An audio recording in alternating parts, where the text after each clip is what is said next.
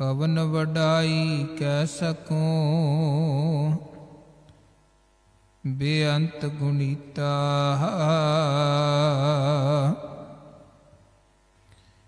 कर कृपा मोहि नाम देहो नानक दर सरीता। कर कृपा मोहि नाम देहो नानक दर सरीता।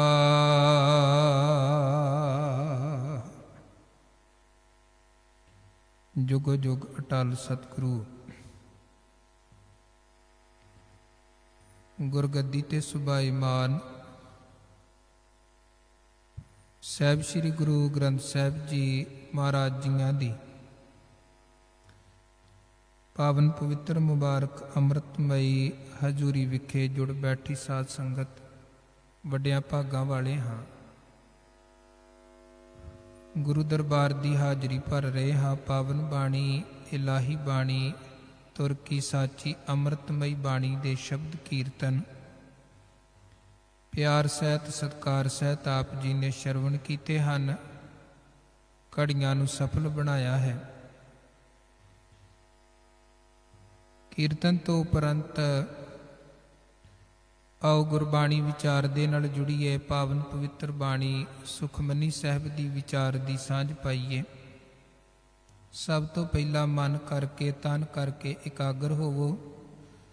ਸਰਬੰਸ ਦਾਨੀ ਅੰਮ੍ਰਿਤ ਦੇ ਦਾਤੇ ਸਾਹਿਬੇ ਕਮਾਲ ਦਸਮ ਪਾਤਸ਼ਾਹ ਗੁਰੂ ਗੋਬਿੰਦ ਸਿੰਘ ਸਾਹਿਬ ਜੀ ਵੱਲੋਂ ਬਖਸ਼ਿਸ਼ ਫਤਿਹ ਅਦਬ ਸਹਿਤ ਪ੍ਰਵਾਨ ਕਰੋ। ਆਖੋ ਜੀ ਵਾਹਿਗੁਰੂ ਜੀ ਕਾ ਖਾਲਸਾ ਵਾਹਿਗੁਰੂ ਜੀ ਕੀ ਫਤਿਹ।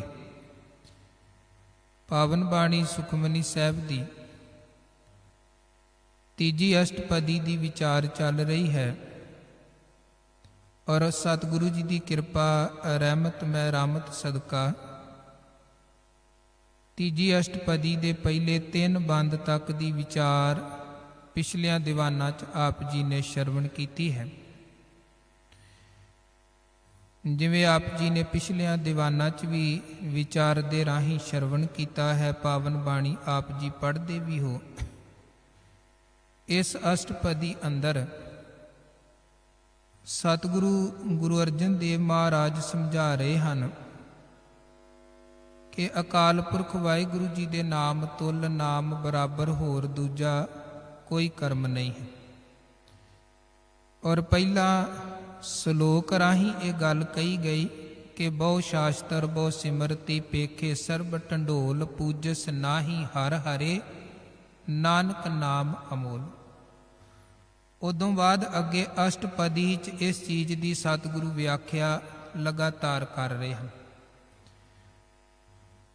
ਅੱਜ ਦੇ ਇਸ ਬਾਣੀ ਦੇ ਤੀਜੀ ਅਸ਼ਟਪਦੀ ਦੇ ਚੌਥੇ ਬੰਦ ਅੰਦਰ ਮਹਾਰਾਜ ਫਰਮਾਨ ਕਰਦੇ ਹਨ ਬਹੁਤ ਸਿਆਣਪ ਜਮ ਕਾ ਭਉ ਵਿਆਪੈ। ਅਖੀਰ 'ਚ ਜਾ ਕੇ ਮਹਾਰਾਜ ਨੇ ਵਾਹਿਗੁਰੂ ਜੀ ਦੇ ਨਾਮ ਦੀ ਗੱਲ ਕਹੀ ਹੈ ਕਿ ਸਭ ਤੋਂ ਉੱਤੇ ਤੇ ਆਖਰ ਪਰਮਾਤਮਾ ਦਾ ਨਾਮ ਹੈ। ਬਾਕੀ ਦੇ ਕਰਮ ਕਾਂਡ ਬੰਦੇ ਦੀਆਂ ਸਿਆਣਪਾਂ ਭੇਖ ਯਤਨ ਕਰਮ ਸਾਰਾ ਕੁਝ ਥੱਲੇ ਹੈ। ਨਾਮ ਬਰਾਬਰ ਕੁਝ ਨਹੀਂ। ਮਹਾਰਾਜ ਕਹਿੰਦੇ ਬਹੁਤ ਸਿਆਣਪ ਬੇਸ਼ੱਕ ਕਿਸੇ ਦੇ ਕੋਲ ਜਿੰਨੀਆਂ ਮਰਜ਼ੀ ਸਿਆਣਪਾਂ ਹੋਣ। ਜਮ ਕਾ ਭਉ ਵਿਆਪੈ। ਜਮ ਭਾਵ ਮੌਤ। ਭਉ ਦਾ ਮਤਲਬ ਹੈ ਡਰ। ਜਿੰਨਾ ਮਰਜ਼ੀ ਬੰਦਾ ਸਿਆਣੇ ਤੋਂ ਸਿਆਣਾ ਵੀ ਹੋਵੇ ਚਤਰ ਚਲਾਕ ਵੀ ਹੋਏ ਪਰ ਅੰਦਰ ਮੌਤ ਦਾ ਜਿਹੜਾ ਡਰ ਹੈ ਭੈ ਹੈ ਉਹ ਬਣਿਆ ਹੀ ਰਹਿੰਦਾ ਹੈ। ਮੌਤ ਦਾ ਭੈ ਖਤਮ ਨਹੀਂ ਹੁੰਦਾ ਹੈ ਕਿ ਮੈਂ ਮਰ ਨਾ ਜਾਵਾਂ। ਬੰਦਾ ਮੌਤ ਤੋਂ ਬਚਣ ਦੇ ਲਈ ਬਹੁਤ ਤਰ੍ਹਾਂ ਦੇ ਯਤਨ ਕਰਦਾ ਹੈ ਪਰ ਮਹਾਰਾਜ ਕਹਿੰਦੇ ਵੇਖੋ ਇੱਕ ਹੈ ਮੌਤ ਸੱਚ ਹੈ ਮਰਨਾ ਹੀ ਹੈ ਸਭ ਨੇ ਜੋ ਉਪਜਿਓ ਸੋ ਬਿਨਸ ਹੈ। ਇੱਕ ਹੈ ਮੌਤ ਦਾ ਡਰ ਗੁਰਬਾਣੀ ਨੇ ਇਹ ਦੋਵਾਂ ਚੀਜ਼ਾਂ ਨੂੰ ਵੱਖਰੇ ਵੱਖਰੇ ਰੱਖ ਕੇ ਗੱਲ ਕੀਤੀ ਹੈ। ਜਿਹੜਾ ਗੁਰੂ ਕੀ ਬਾਣੀ ਦਾ, ਗੁਰਮਤਿ ਦਾ ਸਿਧਾਂਤ ਹੈ, ਉਹ ਸਾਨੂੰ ਮੌਤ ਦੇ ਡਰ ਤੋਂ ਮੁਕਤ ਹੋ ਕੇ ਜਿਉਣਾ ਸਿਖਾਉਂਦਾ ਹੈ। ਜਦੋਂ ਬੰਦਾ ਅਕਾਲ ਪੁਰਖ ਵਾਹਿਗੁਰੂ ਦੇ ਨਾਮ ਦੇ ਨਾਲ ਜੁੜਦਾ ਹੈ, ਇਬਾਦਤ ਬੰਦਗੀ ਦੇ ਨਾਲ ਜੁੜਦਾ ਹੈ, ਫਿਰ ਉਹਦੇ ਮਨ 'ਚ ਮੌਤ ਦਾ ਭੈ ਨਹੀਂ ਰਹਿੰਦਾ ਹੈ। ਮੌਤ ਦਾ ਭੈ ਮੁੱਕ ਜਾਂਦਾ ਹੈ। ਜਿਨ੍ਹਾਂ ਸ਼ਹੀਦਾਂ ਨੂੰ ਆਪਾਂ ਰੋਜ਼ ਯਾਦ ਕਰਦੇ ਹਾਂ, ਜਾਂ ਪੋਹ ਦਾ ਮਹੀਨਾ ਆਰੰਭ ਹੋਣਾ, ਆ ਦਸੰਬਰ ਦਾ ਮਹੀਨਾ ਬੇਅੰਤ ਗੁਰੂ ਕਿਆਂ ਪਿਆਰਿਆਂ, ਗੁਰੂ ਕਿਆਂ ਬੱਚਿਆਂ ਦੀਆਂ ਸ਼ਹੀਦੀਆਂ ਦੇ ਨਾਲ ਭਰਿਆ ਹੋਇਆ ਇਹ ਮਹੀਨਾ ਹੈ। ਉਹ ਯੋਧੇ ਕੌਣ ਸਨ ਜਿਨ੍ਹਾਂ ਦੇ ਮਨ ਚੋਂ ਮੌਤ ਦਾ ਭੈ ਮੁੱਕ ਗਿਆ। ਔਰ ਮੌਤ ਦਾ ਜਿਹੜਾ ਡਰ ਹੈ ਨਾ, ਉਹ ਨਾਮ ਬਾਣੀ ਦੇ ਨਾਲ ਜੁੜਿਆ, ਸੱਚ ਦੇ ਨਾਲ ਜੁੜਿਆ ਮੁੱਕਦਾ ਹੈ। ਚਤਰਾਈਆਂ ਚਲਾਕੀਆਂ ਦੇ ਨਾਲ ਬੰਦਾ ਹੇਰਾ ਫੇਰੀਆਂ, ਠੱਗੀਆਂ ਫਰੇਬੀਆਂ ਕਰ ਸਕਦਾ, ਮੌਤ ਦੇ ਭੈ ਤੋਂ ਮੁਕਤ ਨਹੀਂ ਹੋ ਸਕਦਾ। ਇੱਕ ਦਸਮ ਪਾਤਸ਼ਾਹ ਜੀ ਦੇ ਸਮੇਂ ਦੀ ਬੜੀ ਪਿਆਰੀ ਸਾਖੀ ਵੀ ਹੈ ਕਿ ਕੋਈ ਦੂਰੋਂ ਪਿੰਡ ਤੋਂ ਸਿੱਖ ਆਉਂਦੇ ਸਨ, ਕਦੇ ਕਦਾਈ ਉਹਨਾਂ ਨੇ ਆਉਣਾ, ਆ ਕੇ ਮਹਾਰਾਜ ਨੂੰ ਕਹਿਣਾ, ਮਹਾਰਾਜ ਅਸੀਂ ਤੁਹਾਡੇ ਬੜੇ ਪੱਕੇ ਸਿੱਖ, ਬੜੇ ਪੱਕੇ ਸਿੱਖਾਂ ਜੀ, ਸਾਡੇ ਤੇ ਕਹਿਣੇ ਕੀ ਹਨ? ਦਾਵਾ। ਮਹਾਰਾਜ ਕਹਿੰਦੇ ਦਾਵਾ ਨਾ ਕਰੋ, ਕਿਉਂਕਿ ਮਨ ਦਾ ਕੋਈ ਭਰੋਸਾ ਨਹੀਂ ਹੈ। ਕੋਈ ਨਾ ਕਹੋ ਕਿ ਮੈਂ ਬੜਾ ਪੱਕਾ, ਮੈਂ ਬੜਾ ਈਮਾਨ ਵਾਲਾ ਹਾਂ। ਮਨ ਦਾ ਕੋਈ ਭਰੋਸਾ ਨਹੀਂ ਹੈ। ਨਾ ਡੋਲੇ ਤੇ ਲੱਖ ਤੇ ਵੀ ਨਾ ਡੋਲੇ, ਡੋਲ ਜਾਏ ਤੇ ਕੱਖ ਤੇ ਵੀ ਡੋਲ ਜਾਏ, ਕੋਈ ਭਰੋਸਾ ਨਹੀਂ ਹੈ ਮਨ ਦਾ। ਇੱਥੇ ਵੱਡੇ ਵੱਡੇ ਡੋਲੇ ਹਨ, ਇਤਿਹਾਸ ਉਹਨਾਂ ਦੇ ਨਾਲ ਭਰਿਆ ਪਿਆ ਹੈ, ਜਿਹੜੇ ਕਹਿੰਦੇ ਸਨ ਸਾਨੂੰ ਕੋਈ ਡੁਲਾ ਹੀ ਨਹੀਂ ਸਕਦਾ ਹੈ। ਜਦੋਂ ਡੋਲਣ ਦਾ ਸਮਾਂ ਆਇਆ ਤੇ ਮਿੰਟਾਂ ਸਕਿੰਟਾਂ 'ਚ ਹੀ ਡੋਲ ਗਏ। ਉਹਨਾਂ ਕਹਿਣਾ, ਮਹਾਰਾਜ ਅਸੀਂ ਬੜੇ ਪੱਕੇ ਸਿੱਖਾਂ ਤੁਹਾਡੇ। ਮਹਾਰਾਜ ਨੇ ਕਹਿਣਾ, ਭਾਈ ਸਾਰੇ ਹੀ ਪੱਕੇ ਹੀ ਹੁੰਦੇ ਹਨ, ਕੱਚਾ ਕੌਣ ਹੈ? ਇਹ ਤੇ ਸਮਾਂ ਹੀ ਦੱਸਦਾ ਹੈ ਕੌਣ ਕੱਚਾ ਹੈ ਕੌਣ ਪੱਕਾ। ਨਹੀਂ ਮਹਾਰਾਜ ਅਸੀਂ ਤਾਂ ਪੱਕੇ ਹੀ ਹਾਂ। ਉਹਨਾਂ ਨੇ ਅੱਗੋਂ ਮਹਾਰਾਜ ਦੇ ਨਾਲ ਵੀ ਕਦੇ ਕਦੇ ਜਿੱਦ ਕਰਨੀ, ਸਾਡੇ ਵਰਗਾ ਪੱਕਾ ਕੌਣ। ਇੱਕ ਸਮਾਂ ਮਹਾਰਾਜ ਇੱਕ ਦਿਨ ਸਿੱਖਾਂ ਨੂੰ ਕਹਿਣ ਲੱਗੇ, ਜਿਹੜੇ ਦਰਵਾਜ਼ੇ ਤੇ ਸਨ, ਕਿ ਇਹਨਾਂ ਨੂੰ ਬਾਹਰ ਨਹੀਂ ਜਾਣ ਦੇਣਾ, ਇੱਥੇ ਹੀ ਰਹਿਣ ਦੇਣਾ, ਰੱਖਣਾ ਹੈ ਆਪਾਂ ਆਨੰਦਗੜ੍ਹ 'ਚ। ਉਹ ਜਦੋਂ ਸ਼ਾਮ ਨੂੰ ਘਰ ਜਾਣ ਲੱਗੇ, ਦਰਵਾਜ਼ੇ ਵਾਲੇ ਪਹਿਰੇਦਾਰ ਸਿੱਖ ਨੇ ਕਹਿ ਦਿੱਤਾ, ਨਹੀਂ ਤੁਹਾਡੇ ਲਈ ਮਹਾਰਾਜ ਦਾ ਹੁਕਮ ਹੈ ਕਿ ਤੁਸੀਂ ਇੱਥੇ ਹੀ ਰਹਿਣਾ ਹੈ। ਉਹ ਇਤਿਹਾਸ ਕਹਿੰਦਾ ਹੈ ਕਿ 4-5 ਦਿਨ 10 ਦਿਨ ਜਦੋਂ ਲੰਘ ਗਏ, ਹੁਣ ਪਿੱਛੇ ਪਰਿਵਾਰ ਦਾ ਮੋਹ, ਘਰ ਦਾ ਮੋਹ ਸਤਾਵੇ, ਜਾਣਾ ਚਾਹੁੰਦੇ ਨੇ ਪਰ ਜਾ ਨਹੀਂ ਸਕਦੇ, ਕਿਉਂਕਿ ਮਹਾਰਾਜ ਨੇ ਕਿਹਾ ਕਿ ਜੇ ਤੁਸੀਂ ਪੱਕੇ ਹੋ ਤੇ ਫਿਰ ਸਾਡੇ ਕੋਲ ਹੀ ਰਹੋ। ਇਹਨਾਂ 'ਚ ਫਿਰ ਕਹਿੰਦੇ ਇਹਨਾਂ ਨੇ ਥੋੜਾ ਨਾਟਕ ਕੀਤਾ, ਆਪਣੇ ਵੱਲੋਂ ਚਲਾਕੀ ਵਰਤਣ ਦੀ ਕੋਸ਼ਿਸ਼ ਕੀਤੀ। ਮਹਾਰਾਜ ਬਾਣੀ 'ਚ ਕਹਿੰਦੇ ਬੰਦਾ ਦੁਨੀਆ ਦੇ ਸਾਹਮਣੇ ਚਲਾਕੀਆਂ ਵਰਤ ਸਕਦਾ, ਗੁਰੂ ਕੋਲ ਚਲਾਕੀ ਨਹੀਂ ਜੇ ਚੱਲਦੀ, ਕਿਉਂਕਿ ਗੁਰੂ ਤੇ ਅੰਦਰ ਦੀਆਂ ਜਾਣਨ ਵਾਲੇ ਹਨ।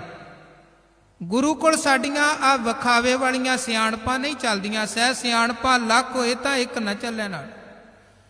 ਉਹ ਕਹਿੰਦੇ ਉਹਨਾਂ ਨੇ ਇਹ ਇੱਕ ਡਰਾਮਾ ਕੀਤਾ ਕਿ ਇੱਕ ਬੰਦਾ ਮਰਨ ਦਾ ਨਾਟਕ ਕਰ ਲਵੇ, 4 ਬੰਦੇ ਉਹਨੂੰ ਚੁੱਕਣਗੇ, ਕਵਾਂਗੇ ਜੀ ਸਾਡਾ ਸਾਥੀ ਮਰ ਗਿਆ, ਘਰ ਲੈ ਕੇ ਚੱਲੇ, ਸੰਸਕਾਰ ਕਰਨਾ, ਬਾਕੀ ਕਿਰਿਆ ਕਰਮ ਕਰਨੇ। ਉਹ ਜਦੋਂ ਜਾਣ ਲੱਗੇ ਮਹਾਰਾਜ ਨੇ ਵੇਖ ਲਿਆ।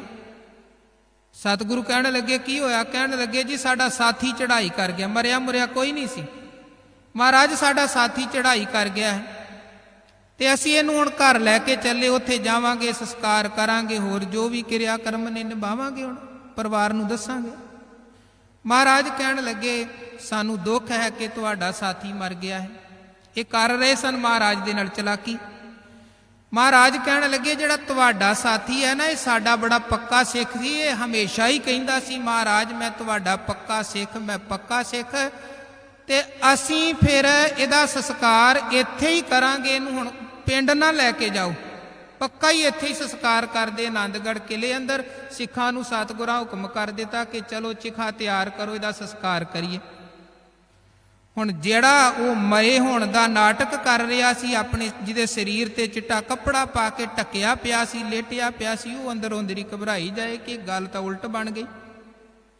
ਮਹਾਰਾਜ ਕਹਿਣ ਲੱਗੇ ਕਰੋ ਚਿਖਾ ਤਿਆਰ, ਬਾਕੀ ਪ੍ਰਬੰਧ ਕਰੋ, ਹੁਣੇ ਹੀ ਇਹਦਾ ਸੰਸਕਾਰ ਕਰੀਏ। ਜਿਵੇਂ ਹੀ ਸਤਿਗੁਰਾਂ ਨੇ ਇਹ ਗੱਲ ਕਹੀ, ਉਹ ਝੱਟ ਕੱਪੜਾ ਚੁੱਕ ਕੇ ਕਹਿਣ ਲੱਗਾ ਮਹਾਰਾਜ ਮੈਂ ਮਰਿਆ ਨਹੀਂ, ਜੇ ਐਵੇਂ ਜਿਉਂਦੇ ਨੂੰ ਨਾ ਸਾੜ ਸੁੱਟਿਓ। ਮਹਾਰਾਜ ਕਹਿਣ ਲੱਗੇ ਜੇ ਮਰਿਆ ਨਹੀਂ ਤੇ ਫਿਰ ਮਰਨ ਦਾ ਨਾਟਕ ਕਿਉਂ ਕਰ ਰਿਹਾ ਸੀ? ਇਹ ਚਲਾਕੀ ਕਿਉਂ ਕਰ ਰਹੇ ਸੀ? ਵੇਖੋ ਹੁਣ ਜਿਹੜੀ ਗੱਲ ਇੱਥੇ ਮਹਾਰਾਜ ਕਰ ਰਹੇ, ਬੰਦਾ ਚਲਾਕ ਹੋਣਾ, ਸਿਆਣਾ ਹੋਣਾ ਇੱਕ ਵੱਖਰੀ ਗੱਲ, ਮਰੇ ਦਾ ਨਾਟਕ ਕਰ ਰਿਹਾ ਸੀ। ਪਰ ਜਦੋਂ ਸੱਚੀ ਮੁੱਚੀ ਉਹ ਸਮਾਂ ਬਣ ਗਿਆ ਕਿ ਕਿਧਰੇ ਸੱਚੀ ਜਿਉਂਦੇ ਨੂੰ ਨਾ ਸਾੜ ਦੇਣ, ਮੈਂ ਮਾਰੀ ਨਾ ਜਾਵਾਂ, ਇੱਕਦਮ ਉਹ ਸਿਆਣਪਾਂ ਧਰੀਆਂ ਦੀਆਂ ਧਰੀਆਂ ਰਹਿ ਗਈਆਂ। ਇਹ ਫਿਰ ਇਹਨਾਂ ਨੇ ਕਹਿੰਦੇ ਇੱਕ ਚਲਾਕੀ ਹੋਰ ਕੀਤੀ ਉੱਥੇ। ਕਹਿਣ ਲੱਗੇ ਮਹਾਰਾਜ ਗੁਰੂ ਤੇ ਸਿੱਖ ਦੇ ਪਰਦੇ ਢੱਕਦੇ ਨੇ, ਤੁਸੀਂ ਤੇ ਸਾਨੂੰ ਸਾਰਿਆਂ ਸਾਹਮਣੇ ਨੰਗਾ ਕਰਕੇ ਰੱਖ ਦਿੱਤਾ ਹੈ। ਮਹਾਰਾਜ ਕਹਿਣ ਲੱਗੇ ਗੁਰੂ ਸਿੱਖ ਦੇ ਪਰਦੇ ਢੱਕਦਾ, ਇਹਦੇ 'ਚ ਕੋਈ ਸ਼ੱਕ ਨਹੀਂ ਹੈ, ਪਰ ਸਿੱਖ ਦੀਆਂ ਬੇਈਮਾਨੀਆਂ ਨਹੀਂ ਢੱਕਦਾ, ਹੇਰਾ ਫੇਰੀਆਂ ਗੁਰੂ ਨਹੀਂ ਢੱਕਦਾ ਹੈ। ਦੇਖੋ ਆਪਾਂ ਬਾਣੀ ਪੜ੍ਹਦੇ ਹਾਂ, ਮਹਾਰਾਜ ਕਹਿੰਦੇ ਗੁਰ ਪੀਰ ਹਾਮਾ ਤਾਂ ਭਰੇ, ਗੁਰੂ ਸਾਡੀ ਗਵਾਹੀ ਭਰਦੇ ਨੇ, ਹਰ ਜਗ੍ਹਾ ਤੇ ਗੁਰੂ ਸਾਡੇ ਨਾਲ ਖਲੋਂਦੇ ਹਨ। ਪਰ ਅਸੀਂ ਵੀ ਆਪਣੀ ਥਾਂ ਤੇ ਸਹੀ ਹੋਣੇ ਚਾਹੀਦੇ। ਇਹ ਨਹੀਂ ਕਿ ਠੱਗੀ ਮਾਰ ਕੇ ਕਹੀਏ ਕਿ ਗੁਰੂ ਹੁਣ ਮੇਰੇ ਨਾਲ ਖਲੋਵੇ, ਬੇਈਮਾਨੀ ਕਰਕੇ ਕਹੀਏ, ਝੂਠ ਬੋਲ ਕੇ ਕਿਸੇ ਦਾ ਕਤਲ ਕਰਕੇ ਕਹੀਏ ਮਹਾਰਾਜ ਹੁਣ ਮੇਰਾ ਸਾਥ। ਗੁਰ ਪੀਰ ਹਾਮਾ ਤਾਂ ਭਰੇ, ਜਾਂ ਮੁਰਦਾਰ ਨਾ ਖਾਏ। ਮਹਾਰਾਜ ਕਹਿੰਦੇ ਜਦੋਂ ਤੂੰ ਬੇਈਮਾਨ ਨਹੀਂ ਹੋਏਗਾ ਫਿਰ ਗੁਰੂ ਵੀ ਤੇਰੇ ਨਾਲ ਹੋਵੇਗਾ। ਕੋਈ ਝੂਠਾ ਤੈਨੂੰ ਫਸਾਉਣ ਦਾ ਯਤਨ ਕਰੇ, ਗੁਰੂ ਆਪ ਛਡਾਣਗੇ। ਕੋਈ ਝੂਠੀ ਤੇਰੀ ਪੱਤ ਰੋਲਣ ਦਾ ਯਤਨ ਕਰੇ, ਗੁਰੂ ਆਪ ਆ ਕੇ ਤੇਰੀ ਪੱਤ ਬਚਾਣਗੇ। ਪਰ ਜਿੱਥੇ ਤੂੰ ਗਲਤ ਹੋਇਆ ਫਿਰ ਉੱਥੇ ਗੁਰੂ ਦਾ ਤੇਰੇ ਨਾਲ ਕੋਈ ਸਾਥ ਨਹੀਂ। ਕਿਉਂਕਿ ਮਹਾਰਾਜ ਕਹਿੰਦੇ ਰਹਿਤ ਪਿਆਰੀ ਮੁਝ ਕੋ ਸਿੱਖ ਪਿਆਰਾ, ਨਾ ਗੱਲ ਰਹਿਣੀ ਤੇ ਮੁੱਕਦੀ ਹੈ, ਗੱਲ ਕਰਨੀ ਤੇ ਮੁੱਕਦੀ ਹੈ। ਉਹ ਕਹਿਣ ਲੱਗੇ ਮਹਾਰਾਜ ਗੁਰੂ ਤੇ ਸਿੱਖ ਦੇ ਪਰਦੇ ਢੱਕਦਾ, ਤੁਸੀਂ ਤੇ ਸਾਨੂੰ ਜ਼ਾਹਰ ਕਰ ਦਿੱਤਾ। ਮਹਾਰਾਜ ਕਹਿੰਦੇ ਪਰਦੇ ਢੱਕਦਾ ਹੈ, ਬੇਈਮਾਨੀਆਂ ਨਹੀਂ ਢੱਕਦਾ। ਜੇ ਈਮਾਨ ਵਾਲੇ ਹੁੰਦੇ ਤੇ ਗੁਰੂ ਨੇ ਆਪੇ ਸਹਾਈ ਹੋਣਾ ਸੀ। ਸੋ ਕਹਿਣ ਦਾ ਭਾਵ ਕਿ ਗੁਰੂ ਸਾਹਮਣੇ ਇਦਾਂ ਦੀਆਂ ਬਾਹਰ ਦੀਆਂ ਵਿਖਾਵੇ ਵਾਲੀਆਂ ਗੱਲਾਂ ਨਹੀਂ ਚੱਲਦੀਆਂ, ਤੇ ਨਾ ਹੀ ਇਹਨਾਂ ਚਤਰਾਈਆਂ ਚਲਾਕੀਆਂ ਦੇ ਸਹਾਰੇ ਬੰਦਾ ਮੌਤ ਦਾ ਡਰ, ਮੌਤ ਦਾ ਭੈ ਆਪਣੇ ਮਨ ਚੋਂ ਮੁਕਾ ਸਕਦਾ ਹੈ। ਮਹਾਰਾਜ ਕਹਿੰਦੇ ਬਹੁਤ ਸਿਆਣਪ, ਭਾਵੇਂ ਕਿਸੇ ਕੋਲ ਬਹੁਤ ਸਿਆਣਪਾਂ, ਬਹੁਤ ਚਲਾਕੀਆਂ, ਇਦਾਂ ਦੀਆਂ ਹੇਰਾ ਫੇਰੀਆਂ ਹੋਣ, ਪਰ ਜਮ ਕਾ ਭਉ ਵਿਆਪੈ, ਮਨ ਕਰਕੇ ਮੌਤ ਦਾ ਭੈ ਬੰਦੇ ਨੂੰ ਵਿਆਪਦਾ ਹੀ ਰਹਿੰਦਾ ਹੈ। ਇਹ ਸਿਆਣਪਾਂ ਦੇ ਨਾਲ ਮੌਤ ਦੇ ਭੈ ਤੋਂ ਮੁਕਤ ਨਹੀਂ ਹੋਇਆ ਜਾ ਸਕਦਾ। ਅਨੇਕ ਯਤਨ ਕਰ ਤ੍ਰਿਸ਼ਨ ਨਾ ਧਰਾਪੈ, ਬਾਹਰ ਦੇ ਬੰਦਾ ਪਦਾਰਥ ਇਕੱਠੇ ਕਰਨ ਦੇ ਜਿੰਨੇ ਮਰਜ਼ੀ ਯਤਨ ਕਰ ਲਵੇ, ਪਰ ਜਿਹੜੀ ਤ੍ਰਿਸ਼ਨਾ ਹੈ ਨਾ ਉਹ ਪਦਾਰਥਾਂ ਦੇ ਨਾਲ ਬੁਝ ਨਹੀਂ ਸਕਦੀ ਹੈ। ਬੰਦਾ ਪਦਾਰਥਾਂ ਦੇ ਨਾਲ ਰੱਜ ਨਹੀਂ ਸਕਦਾ। ਇੱਥੇ ਕਿੰਨੇ ਧਨੀ ਧਨਵਾਨ ਸੰਸਾਰ 'ਚ ਆਏ, ਪਰ ਹਾਏ ਹਾਏ ਕਰੇ ਦਿਨ ਰਾਤ ਮਾਇਆ ਦੁੱਖ ਮੋਇਆ ਜੀਓ। ਮਹਾਰਾਜ ਕਹਿੰਦੇ ਕੋਟ ਜੋਰੇ ਲੱਖ ਕਰੋਰੇ ਮਨ ਨਾ ਹੋਰੇ, ਪਰੇ ਪਰੇ ਹੀ ਕੋ ਲੂਜੀ ਹੈ। ਬੜੇ ਯਤਨ ਕੀਤੇ ਪਰ ਮਨ ਕਰਕੇ ਤ੍ਰਿਸ਼ਨਾ ਤੇ ਜਿੱਤ ਪ੍ਰਾਪਤ ਨਹੀਂ ਕਰ ਸਕੇ, ਰੱਜ ਨਹੀਂ ਸਕੇ। ਲੋਭ ਲਾਲਚ ਤ੍ਰਿਸ਼ਨਾ ਉਸੇ ਤਰ੍ਹਾਂ ਬਣੀ ਰਹੀ। ਭਾਵ ਇਹ ਬਾਹਰ ਦੇ ਪਦਾਰਥਾਂ ਤੇ ਯਤਨਾਂ ਦੇ ਨਾਲ ਅੰਦਰ ਦੀ ਤ੍ਰਿਸ਼ਨਾ ਨਹੀਂ ਬੁੱਝ ਸਕਦੀ। ਉਹ ਤ੍ਰਿਸ਼ਨਾ ਕਿਵੇਂ ਬੁੱਝ ਸਕਦੀ ਹੈ, ਉਹਦਾ ਤਰੀਕਾ ਹਜੂਰ ਨੇ ਬਾਣੀ 'ਚ ਦੱਸਿਆ ਵੀ ਹੈ। ਮਹਾਰਾਜ ਕਹਿੰਦੇ ਤ੍ਰਿਸ਼ਨਾ ਬੁਝੈ ਹਰ ਕਿਨ, ਵਾਹਿਗੁਰੂ ਦੇ ਨਾਮ ਦੇ ਨਾਲ ਜੁੜਿਆ ਮਨ ਦੀ ਤ੍ਰਿਸ਼ਨਾ ਬੁਝ ਜਾਂਦੀ। ਜਿਹੜਾ ਪਰਮੇਸ਼ਰ ਦੇ ਨਾਮ 'ਚ ਸਿਮਰਨ 'ਚ ਜੁੜਦਾ ਹੈ ਉਹ ਫਿਰ ਲੋਭੀ ਲਾਲਚੀ ਤੇ ਤ੍ਰਿਸ਼ਨਾਲੂ ਨਹੀਂ ਰਹਿੰਦਾ ਹੈ। ਉਹ ਐਨ ਤ੍ਰਿਪਤ ਤੇ ਸੰਤੋਖੀ ਬਣ ਕੇ ਜੀਵਨ ਬਤੀਤ ਕਰਦਾ। ਉਹ ਦੂਜਿਆਂ 'ਚ ਵੰਡ ਕੇ ਜੀਵਨ ਬਤੀਤ ਕਰਦਾ ਹੈ, ਦੂਜਿਆਂ ਦਾ ਖੋ ਕੇ ਜੀਵਨ ਬਤੀਤ ਨਹੀਂ ਕਰਦਾ। ਗੁਰੂ ਨੇ ਸਾਨੂੰ ਵੰਡਣ ਵਾਲੇ ਬਣਾਇਆ ਹੈ, ਲੁੱਟਣ ਤੇ ਖੋਣ ਵਾਲੇ ਨਹੀਂ ਬਣਾਇਆ ਹੈ। ਮਹਾਰਾਜ ਗੁਰੂ ਨਾਨਕ ਮਹਾਰਾਜ ਕਹਿੰਦੇ ਬੰਦਾ ਮਨ ਕਰਕੇ ਈਮਾਨ ਹੋਵੇ ਤਿਲ ਮਾਤਰ ਵੀ ਵੰਡ ਸਕਦਾ ਹੈ।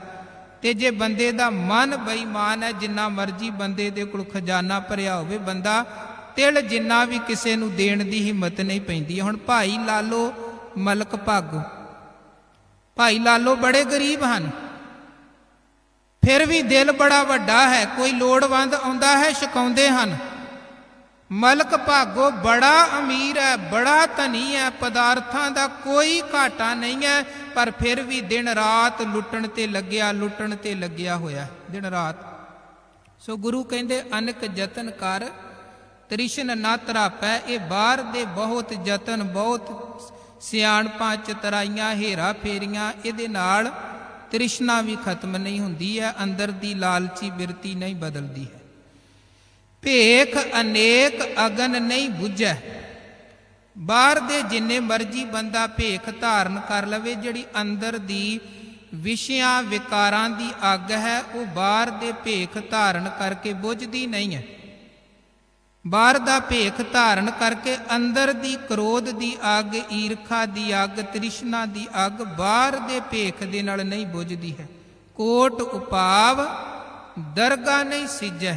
ਮਹਾਰਾਜ ਕਹਿੰਦੇ ਇਦਾਂ ਦੇ ਫਿਰ ਬਾਹਰ ਦੇ ਕਰੋੜਾਂ ਤਰ੍ਹਾਂ ਦੇ ਯਤਨ ਕਰ ਲਵੇ ਬੰਦਾ, ਇਹਦੇ ਨਾਲ ਵਾਹਿਗੁਰੂ ਦੀ ਦਰਗਾਹ ਦੇ ਵਿੱਚ ਬਾਹਰ ਦੇ ਕਰੋੜਾਂ ਯਤਨਾਂ ਦੇ ਨਾਲ ਕਬੂਲ ਤੇ ਪ੍ਰਵਾਨ ਨਹੀਂ ਹੋ ਸਕਦਾ ਹੈ, ਪ੍ਰਵਾਨ ਨਹੀਂ ਪੈ ਸਕਦਾ। ਕੋਟ ਉਪਾਵ ਦਰਗਾ ਨਹੀਂ ਸਿਜੈ, ਛੂਟਸ ਨਾਹੀ ਊਪ ਪਿਆਲ। ਫਿਰ ਮਹਾਰਾਜ ਕਹਿੰਦੇ ਵੇਖੋ ਜਮਾਂ ਦਾ ਭੈ ਔਰ ਤ੍ਰਿਸ਼ਨਾਲੂ ਬਿਰਤੀ ਤੇ ਵਿਕਾਰਾਂ ਦੀ ਜਿਹੜੀ ਅੱਗ ਹੈ, ਉਸ ਅੱਗ ਕਰਕੇ ਬੰਦਾ ਰੱਬ ਦੀ ਦਰਗਾਹ 'ਚ ਵੀ ਕਬੂਲ ਨਹੀਂ ਪੈਂਦਾ ਹੈ। ਔਰ ਛੂਟਸ ਨਾਹੀ ਊਬ ਪਿਆਲ, ਇੱਥੇ ਦੁਨਿਆਵੀ ਤੌਰ ਤੇ ਵੀ ਜਿੱਥੇ ਮਰਜੀ ਬੰਦਾ ਲੁਕ ਜਾਵੇ। ਊਬ ਦਾ ਮਤਲਬ ਹੈ ਆਕਾਸ਼, ਪਿਆਲ ਦਾ ਮਤਲਬ ਹੈ ਪਤਾਲ, ਜ਼ਮੀਨ ਤੋਂ ਥੱਲੇ। ਪਾਤਸ਼ਾਹ ਜੀ ਕਹਿੰਦੇ ਇਹ ਤ੍ਰਿਸ਼ਨਾ ਦੀ ਬਿਰਤੀ, ਇਹ ਜਮਾਂ ਦਾ ਭੈ, ਬੰਦਾ ਬੇਸ਼ੱਕ ਆਕਾਸ਼ 'ਚ ਜਿੰਨਾ ਮਰਜੀ ਉੱਪਰ ਤੋਂ ਉੱਪਰ ਚਲਿਆ ਜਾਵੇ, ਨਾ ਤ੍ਰਿਸ਼ਨਾ ਮੁੱਕਦੀ ਹੈ, ਨਾ ਮੌਤ ਦਾ ਡਰ ਮੁੱਕਦਾ ਹੈ। ਪਤਾਲ 'ਚ ਜਿੰਨਾ ਮਰਜੀ ਨੀਵਾਂ ਚਲਿਆ ਜਾਵੇ ਬੰਦਾ, ਫਿਰ ਵੀ ਮੌਤ ਦਾ ਭੈ, ਮੌਤ ਦਾ ਡਰ ਨਹੀਂ ਮੁੱਕਦਾ ਹੈ। ਮੋਹ ਵਿਆਪੈ ਮਾਇਆ ਜਾਲ। ਬੰਦੇ ਨੂੰ ਮੋਹ ਤੇ ਮਾਇਆ ਦਾ ਜਿਹੜਾ ਜਾਲ ਹੈ ਉਹ ਵਿਆਪਦਾ ਹੀ ਰਹਿੰਦਾ ਹੈ। ਇਹ ਬਾਹਰ ਦੇ ਯਤਨਾਂ ਦੇ ਨਾਲ, ਬਾਹਰ ਦੇ ਉਦਮਾਂ ਦੇ ਨਾਲ ਮੋਹ ਵਿਆਪੈ। ਇਹ ਆਪਾਂ ਬਾਣੀ ਜਦੋਂ ਪੜ੍ਹਦੇ ਹਾਂ ਇਹ ਸ਼ਬਦ ਬੜਾ ਧਿਆਨ ਦੇ ਨਾਲ ਪੜ੍ਹਨ ਵਾਲਾ ਹੈ, ਕਿਉਂਕਿ ਮੋਹ ਹਾਹੇ ਨੂੰ ਸਿਹਾਰੀ ਲੱਗੀ ਹੈ, ਮੰਮੇ ਨੂੰ ਹੋੜਾ ਹਾਹੇ ਨੂੰ ਸਿਹਾਰੀ। ਔਰ ਗੁਰਬਾਣੀ 'ਚ ਇਹ ਇਸੇ ਤਰ੍ਹਾਂ ਸ਼ਬਦ ਆਉਂਦਾ ਹੈ, ਪਰ ਦੋ ਅਰਥਾਂ 'ਚ ਆਉਂਦਾ ਹੈ। ਕਈਆਂ ਜਗ੍ਹਾ ਤੇ ਆਉਂਦਾ ਹੈ ਮੋਹੇ ਦੇ ਅਰਥਾਂ ਦੇ ਵਿੱਚ ਵੀ, ਜਿੱਥੇ ਆਪਣੀ ਗੱਲ ਕੀਤੀ ਹੁੰਦੀ ਹੈ, ਮੋਹੇ ਨਾ ਵਿਸਾਰੋ ਮੈਂ ਜਨ ਤੇਰਾ, ਉੱਥੇ ਸ਼ਬਦ ਮੋਹੇ ਪੜਿਆ ਜਾਣਾ ਹੈ, ਕਿਉਂਕਿ ਮੇਰੀ ਆਪਣੀ ਗੱਲ ਕੀਤੀ ਗਈ ਹੈ, ਇੱਕ ਤਰਲਾ ਆਪਣੇ ਵੱਲੋਂ ਕੀਤਾ ਗਿਆ ਹੈ। ਪਰ ਜਿੱਥੇ ਇਹ ਸ਼ਬਦ ਕਾਮ, ਕ੍ਰੋਧ, ਲੋਭ, ਮੋਹ, ਹੰਕਾਰ, ਵਿਕਾਰ, ਮਾਇਆ ਦੇ ਨਾਲ ਰਲਦਾ ਹੋਇਆ ਆਵੇਗਾ, ਉੱਥੇ ਸ਼ਬਦ ਹੈ ਮੋਹ। ਇੱਥੇ ਇਹਨੂੰ ਮੋਹੇ ਨਹੀਂ ਪੜਨਾ ਹੈ, ਪੜਨਾ ਹੈ ਮੋਹ। ਮੋਹ ਵਿਆਪੈ ਮਾਇਆ ਜਾਲ। ਮਹਾਰਾਜ ਕਹਿੰਦੇ ਬੰਦਾ ਮੋਹ 'ਚ ਫਸਿਆ ਰਹਿੰਦਾ ਹੈ, ਮਾਇਆ ਦਾ ਜਾਲ ਇਹਨੂੰ ਵਿਆਪਦਾ ਹੀ ਰਹਿੰਦਾ ਹੈ, ਭਾਵੇਂ ਜਿੱਥੇ ਮਰਜੀ ਚਲਿਆ ਜਾਵੇ। ਇੱਕ ਤੇ ਮਾਇਆ ਦੀ ਬਿਰਤੀ ਅੰਦਰ ਤੋਂ ਮੁੱਕਦੀ ਨਹੀਂ ਹੈ, ਦੂਜੇ ਨੰਬਰ ਤੇ ਪਰਿਵਾਰ ਦਾ ਮੋਹ, ਸੰਸਾਰ ਦਾ ਮੋਹ, ਪਦਾਰਥਾਂ ਦਾ ਮੋਹ ਅੰਦਰ ਤੋਂ ਮੁੱਕਦਾ ਨਹੀਂ ਹੈ। ਬਾਣੀ 'ਚ ਮਹਾਰਾਜ ਕਹਿੰਦੇ ਅਸੀਂ ਵੇਂਦੇ ਹਾਂ ਲੋਕ ਮੋਹ ਰੂਪੀ ਚਿੱਕੜ 'ਚ ਫਸੇ ਪਏ ਹਨ। ਰੋਜ਼ ਆਪਾਂ ਗੁਰੂ ਕੇ ਬਚਨ ਪੜ੍ਹਦੇ, ਜਿੱਥੇ ਪਾਤਸ਼ਾਹ ਸਮਝਾਉਂਦੇ, ਕਹਿੰਦੇ ਤਿਤ ਸਰਵਰੜੈ ਭਈਲੇ ਨਿਵਾਸਾ। ਸੰਸਾਰ ਇੱਕ ਭਿਆਨਕ ਸਰਵਰੜੈ ਦਾ ਮਤਲਬ ਹੈ ਸਰੋਵਰ ਹੈ, ਤਲਾਬ ਹੈ। ਭਈਲੇ ਨਿਵਾਸਾ, ਜਿਹਦੇ 'ਚ ਜੀਵਾਂ ਦਾ ਨਿਵਾਸ ਹੈ, ਜਿੱਥੇ ਆਪਾਂ ਰਹਿੰਦੇ ਹਾਂ। ਤਿਤ ਸਰਵਰੜੈ ਭਈਲੇ ਨਿਵਾਸਾ, ਸਭ ਜੀਵਾਂ ਦਾ ਇਸ ਸੰਸਾਰ ਰੂਪੀ ਤਲਾਬ ਦੇ ਅੰਦਰ ਵਾਸਾ ਹੈ। ਪਾਣੀ ਪਾਵਕ ਤਿੰਨ ਹੈ ਕੀਆ, ਤੇ ਇਹ ਸੰਸਾਰ ਰੂਪੀ ਤਲਾਬ ਅੰਦਰ ਮਹਾਰਾਜ ਕਹਿੰਦੇ ਪਾਣੀ ਕਿਹੜਾ ਹੈ? ਤ੍ਰਿਸ਼ਨਾ ਦੀ ਅੱਗ ਦਾ ਪਾਣੀ। ਪਾਣੀ ਪਾਵਕ, ਪਾਵਕ ਦਾ ਮਤਲਬ ਹੈ ਅੱਗ। ਅਕਾਲ ਪੁਰਖ ਨੇ ਹੀ ਸਾਰੀ ਰਚਨਾ ਰਚੀ ਹੈ। ਅੱਗੇ ਗੁਰੂ ਕਹਿੰਦੇ ਪੰਕਜ ਮੋਹ ਪਗ ਨਹੀਂ ਚਾਲੈ। ਸੰਸਾਰ ਅੰਦਰ ਮੋਹ ਦਾ ਬੜਾ ਭਿਆਨਕ ਚਿੱਕੜ ਹੈ। ਉਹ ਮੋਹ ਦੇ ਚਿੱਕੜ ਕਰਕੇ ਪੱਗ ਨਹੀਂ ਚਾਲੈ, ਬੰਦਾ ਅੱਗੇ ਕਦਮ ਤੋਰ ਹੀ ਨਹੀਂ ਪਾਉਂਦਾ ਹੈ ਧਰਮ ਵਾਲੇ ਪਾਸੇ, ਕਿਉਂਕਿ ਪਿੱਛੇ ਦਾ ਮੋਹ ਹੀ ਉਹਨੂੰ ਵਿਆਪਦਾ ਰਹਿੰਦਾ। ਪਰਿਵਾਰ ਦਾ ਮੋਹ, ਸੰਸਾਰ ਦਾ ਮੋਹ, ਧੰਦੇ ਦਾ ਮੋਹ, ਦੁਨੀਆਦਾਰੀ ਦਾ ਮੋਹ, ਮਾਇਆ ਦਾ ਮੋਹ ਉਹਨੂੰ ਐਸਾ ਜਕੜ ਕੇ ਰੱਖਦਾ ਹੈ। ਪੰਕਜ ਮੋਹ ਪੱਗ ਨਹੀਂ ਚਾਲੈ, ਹਮ ਦੇਖਾ ਤੈ ਡੂਬੀਐ। ਮਹਾਰਾਜ ਕਹਿੰਦੇ ਅਸੀਂ ਵਹਿੰਦੇ ਪਏ ਹਾਂ, ਲੋਕ ਫਿਰ ਇਸੇ ਮੋਹ ਦੇ ਚਿੱਕੜ, ਮੋਹ ਰੂਪੀ ਦਲਦਲ ਦੇ ਵਿੱਚ ਹੀ ਅਟਕ ਜਾਂਦੇ ਹਨ, ਡੁੱਬ ਜਾਂਦੇ ਹਨ, ਅੱਗੇ ਤੋਰੀ ਨਹੀਂ ਪਾਉਂਦੇ। ਮਨ ਏਕ ਨਾ ਚੇਤਸ ਮੂੜ ਮਨਾ, ਹਰ ਬਿਸਰਤ ਤੇਰੇ ਗੁਣ ਗਲਿਆ। ਅਕਾਲ ਪੁਰਖ ਨੂੰ ਭੁਲਾ ਕੇ ਜੀਵਨ ਚੋਂ ਗੁਣ ਮੁੱਕ ਜਾਂਦੇ ਨੇ। ਮੋਹ ਡੋਬ ਦਿੰਦਾ, ਤ੍ਰਿਸ਼ਨਾ ਸਾੜ ਦਿੰਦੀ। ਪਾਤਸ਼ਾਹ ਕਹਿੰਦੇ ਮੋਹ ਵਿਆਪੈ ਮਾਇਆ ਜਾਲ। ਜੀਵਾਂ ਨੂੰ ਮੋਹ ਤੇ ਮਾਇਆ ਦਾ ਜਾਲ ਹਮੇਸ਼ਾ ਵਿਆਪਦਾ ਹੀ ਰਹਿੰਦਾ ਹੈ। ਬਾਹਰ ਦੇ ਜਿੰਨੇ ਮਰਜੀ ਉਹ ਯਤਨ ਕਰਨ। ਅਵਰ ਕਰਤੂਤ ਸਗਲੀ ਜਮ ਡਾਨੈ। ਕਰਤੂਤ ਦਾ ਮਤਲਬ ਹੈ ਕਰਮ।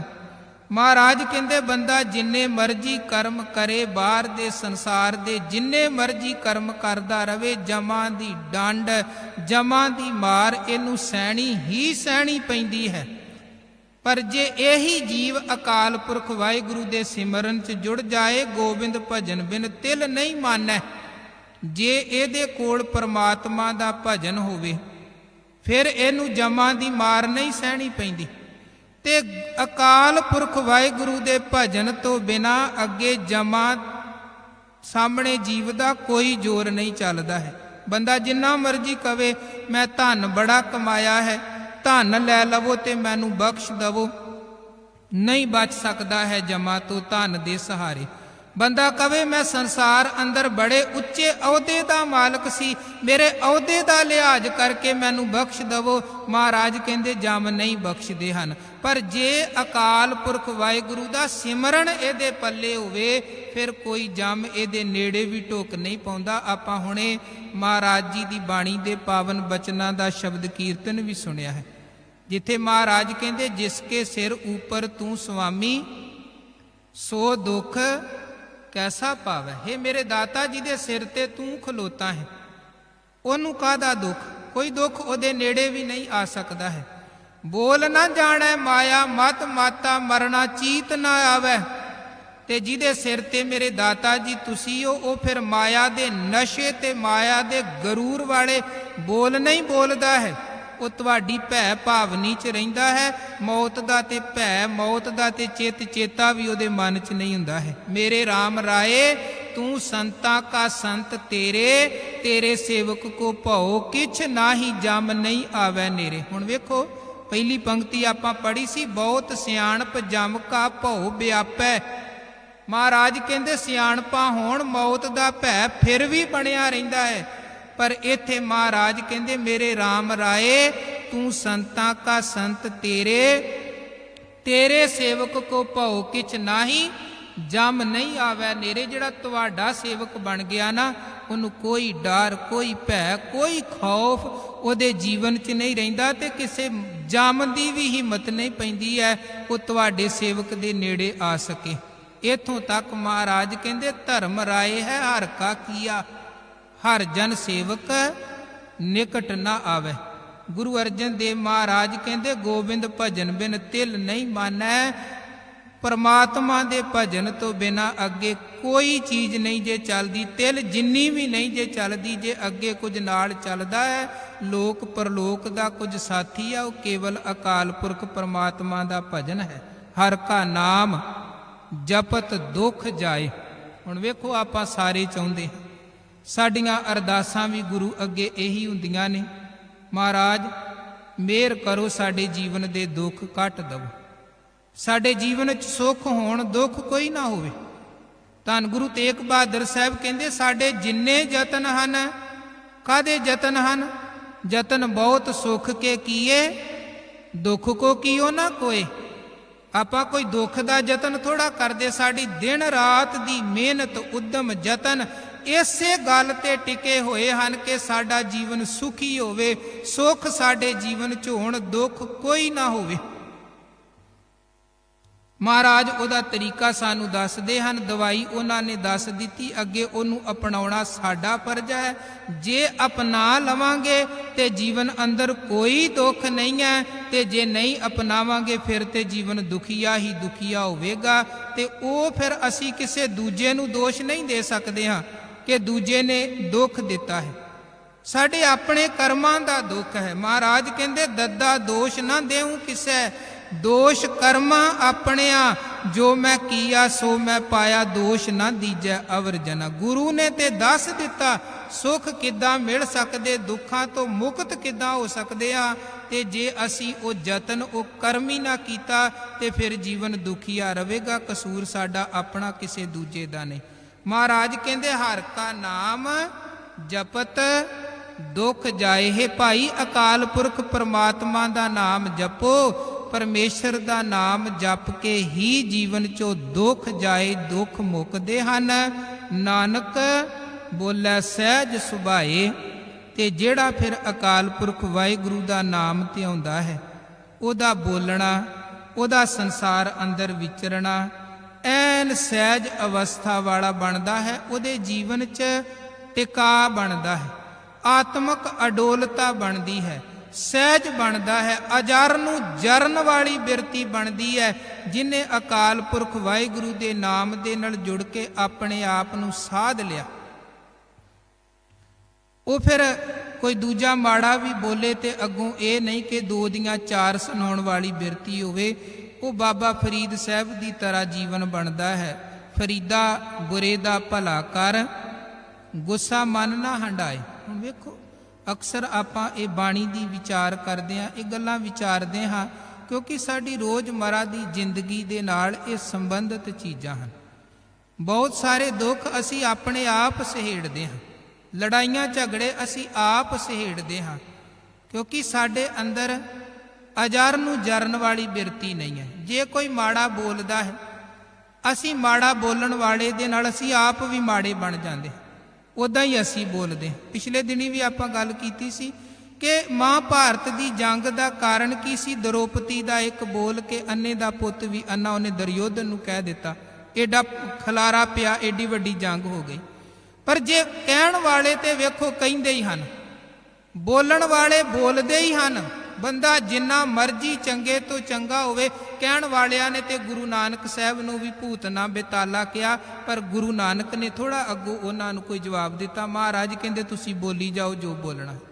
ਕਹਿਣ ਵਾਲਿਆਂ ਨੇ ਕਬੀਰ ਸਾਹਿਬ ਨੂੰ ਵੀ ਬੌਰਾ ਤੇ ਪਾਗਲ ਕਿਹਾ, ਪਰ ਕਬੀਰ ਸਾਹਿਬ ਨੇ ਇਹ ਨਹੀਂ ਕਿ ਹੁਣ ਉਹਨਾਂ ਦੇ ਨਾਲ ਹੀ ਝਗੜਾ ਕਰਦਿਆਂ ਤੇ ਆਪਣੀ એનર્ਜੀ ਵੇਸਟ ਕਰ ਲਵੋ।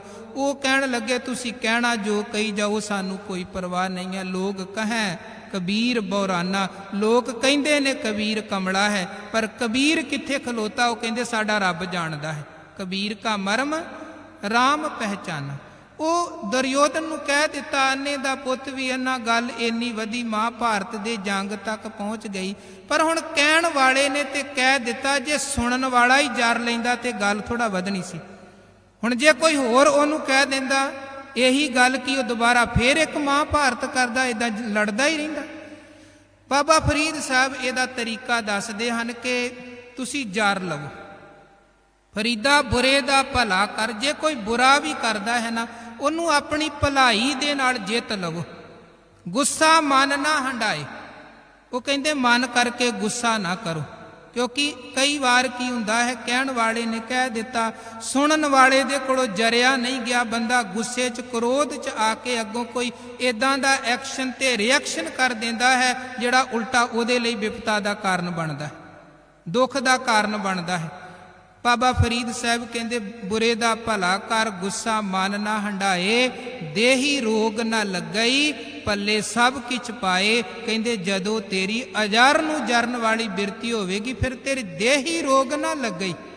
ਦੇਹੀ ਰੋਗ ਦਾ ਭਾਵ ਇੱਕ ਤੇ ਕਹਿੰਦੇ ਅੰਦਰ ਕ੍ਰੋਧ ਹੋਵੇ ਤੇ ਉਹ ਕ੍ਰੋਧ ਵੀ ਸਾਡੇ ਅੰਦਰ ਦੇ ਸਿਸਟਮ ਨੂੰ ਵਿਗਾੜਦਾ ਹੈ ਤੇ ਕਈ ਤਰ੍ਹਾਂ ਦੀਆਂ ਬੀਪੀ ਵਗੈਰਾ ਦੀਆਂ ਬਿਮਾਰੀਆਂ ਬੰਦੇ ਨੂੰ ਲੱਗਦੀਆਂ ਨੇ। ਇੱਕ ਕ੍ਰੋਧ ਕਰਕੇ ਬੰਦਾ ਜਦੋਂ ਝਗੜਦਾ ਹੈ, ਕਿਸੇ ਨੂੰ ਮਾਰਿਆ, ਕਿਸੇ ਨੇ ਇਹਨੂੰ ਮਾਰਿਆ, ਸੱਟ ਪੇਟ ਵੀ ਲੱਗ ਜਾਂਦੀ ਹੈ।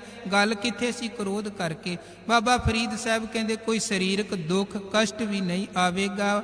ਦੇਹੀ ਰੋਗ ਨਾ ਲੱਗਈ ਪੱਲੇ ਸਭ ਕਿਛ ਪਾਏ। ਸਾਰੀਆਂ ਦਾਤਾਂ ਤੇਰੇ ਪੱਲੇ ਪੈਣਗੀਆਂ, ਵਡਿਆਈਆਂ ਮਿਲਣਗੀਆਂ, ਪਰ ਕਦੋਂ? ਜਦੋਂ ਤੇਰੀ ਬਿਰਤੀ ਸਹਿਜ ਵਾਲੀ ਅਜਰ ਨੂੰ ਜਰਨ ਵਾਲੀ ਬਣੇਗੀ। ਉਹ ਅਜਰ ਨੂੰ ਜਰਨ ਵਾਲੀ ਬਿਰਤੀ ਧੰਨ ਗੁਰੂ ਅਰਜਨ ਸਾਹਿਬ ਕਹਿੰਦੇ ਕਿੱਦਾਂ ਬਣਦੀ ਹੈ?